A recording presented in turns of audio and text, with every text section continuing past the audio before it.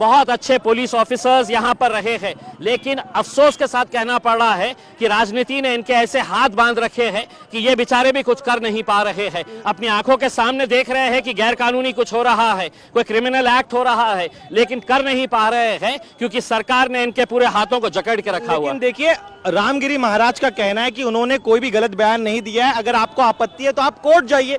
आप इस तरह से सड़क पूरी समृद्धि एक्सप्रेस हाईवे है वो पूरा जाम हो गया है। रामगिरी महाराज आपके लिए हो सकते हैं, ये ऐसे गुंड कहा जाता है, हमारे लिए महाराज नहीं, उन्हें कहा जाता है। ऐसे गुंड प्रवृत्ति के लोग भगवा चोला ओढ़कर कैसे धंधे करते हैं ये आपने देखे होंगे।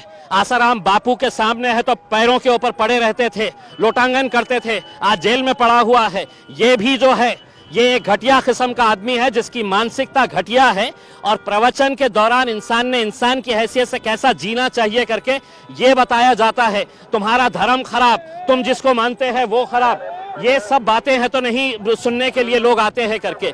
तो इसको बुलाया गया है कि तू बोल ऐसा, हम चाहते हैं कि महाराष्ट्र का माहौल खराब हो करके। और उसी दिन महाराष्ट्र के मुख्यमंत्री आकर इनकी पीठ थपथपाते और कहते हैं कि यांच्या केशाला मैं हाथ लाऊ देणार नहीं, इनके बाल को भी मैं धक्का नहीं लगने दूंगा। सोचिए, जो मानसिकता इसकी है वही मानसिकता सरकार की भी है। आप कह रहे हैं सरकार जो है रामगिरी महाराज का साथ दे रही है, लेकिन दूसरी दलील, खासतौर पर मुख्यमंत्री का एक बयान भी मैं आपको याद दिला दूं, जब उन्होंने कहा था कि इनके बाल को भी जो है हम ठेस पहुंचने नहीं देंगे। ऐसे में क्या इस तरह से इतना बड़ा काफिला लेकर जाना एक तरह से सरकार पर दबाव बनाने की रणनीति आप? बिल्कुल, सरकार सोने का नाटक कर रही है। हम सरकार को जगाने के लिए और एक संविधान की कॉपी उन्हें गिफ्ट करने के लिए आए हैं कि आपका हमारा देश, हमारा राज्य जो है, महाराष्ट्र की एक संस्कृति हुआ करती थी।